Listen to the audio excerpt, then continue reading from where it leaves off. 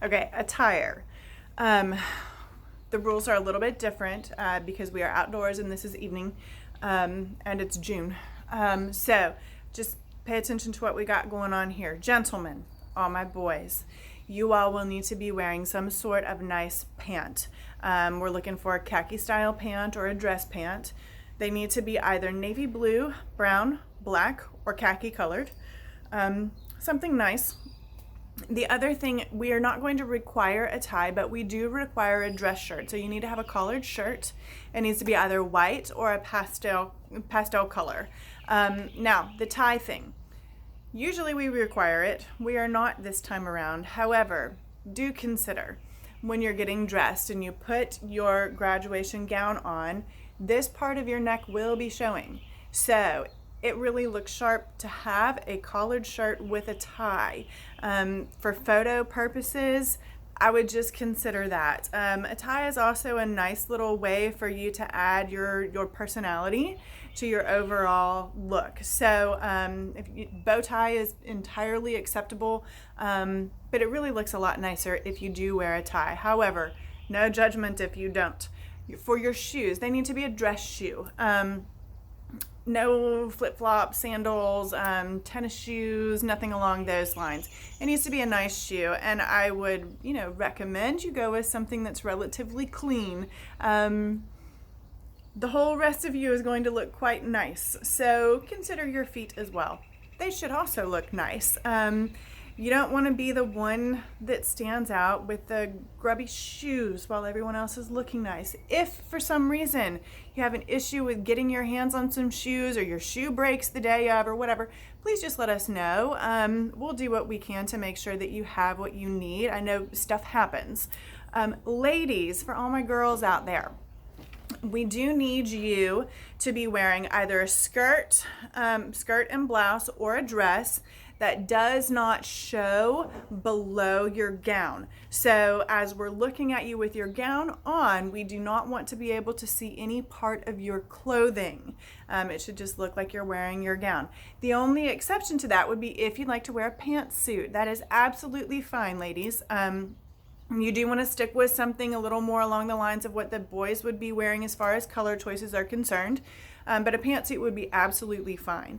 The big difference here would be shoes for the ladies. If you were planning on heels, which I pretty much always wear heels to graduation.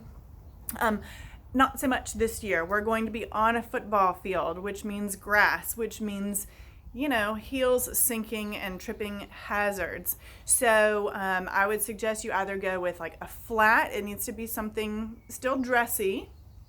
If you go with the sandal, it needs to have a strap on the back so you're not clonking across the stage. But something flat would be best, or a wedge that's strapped on nicely so that you don't sink into the ground. That would be wonderful. The other thing to consider is that we don't know, it's a portable stage. We don't know exactly what that's going to look like or how that's going to feel walking on it. It could be slippery. It might be a little bit movie. So you want to make sure that you're feeling secure and confident as you're walking across the grass and across the stage. So really consider that.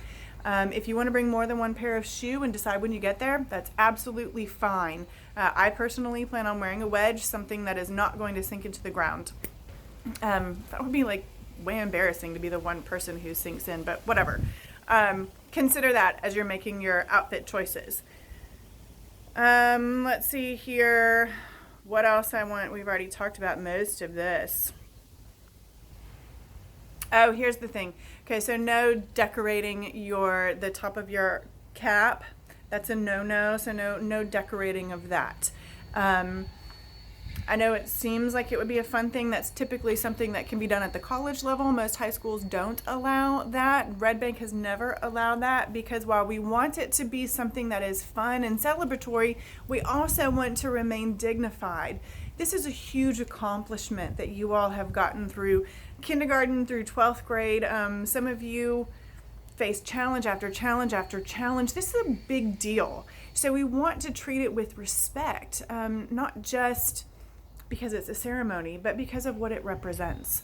A lot of hard work and an arrival at a time that is that's really a big deal for you guys, and a big deal for us, especially this year. I mean, good gracious, what a year it's been.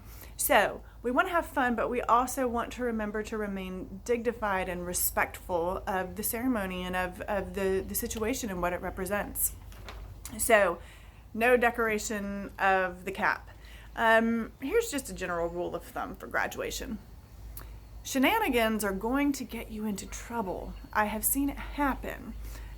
Typically, if you do something that you really shouldn't do during the graduation ceremony, typically there's a consequence of some kind that involves holding your diploma until you complete community service hours. That tends to be the consequence that I have seen most often. It really doesn't happen too often. Most of our graduates are just impeccable in their behavior, their choices, their joy. But, sometimes we get like this little hook of an idea to pull a little stunt that we think is going to be funny. And later you come to find out that what was funny was actually not okay. So your diploma is not in your envelope, and you have to have a meeting with Mr. Weathers, and then you have to do community service, and then you get your diploma. So you guys can just like totally skip all that by just being dignified and mature in your choices. But that's your warning, okay? No shenanigans. Let's just skip the shenanigans. Let's just do what it is we're there to do so that we can all enjoy the full ceremony, that everyone's parents and loved ones gets to enjoy it as well. I'm going to glance over and make sure that I'm not missing anything. Oh, okay, so there is one note that I want to point out. No sunglasses, necklaces, beads, pins, buttons on your graduation robe. So the idea there is that we want to be relatively uniform in the way that we look as we cross the stage. So sunglasses and decorated stuff on your gown, those are no-nos. Obviously, they're easily corrected. If we see it beforehand, we will just ask you to remove it. And since I know you guys are as anxious to have this fantastic ceremony as every one of us, I really don't anticipate having any issues. You guys have been a fantastic class. And I expect this will be a day that you shine.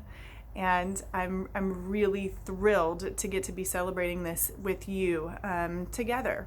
So I believe that's about it. You do need to keep an eye out for emails from Mr. Weathers. He will be sending out additional information. There's going to be a map of the parking lot so that you can familiarize yourself with where you'll need to be.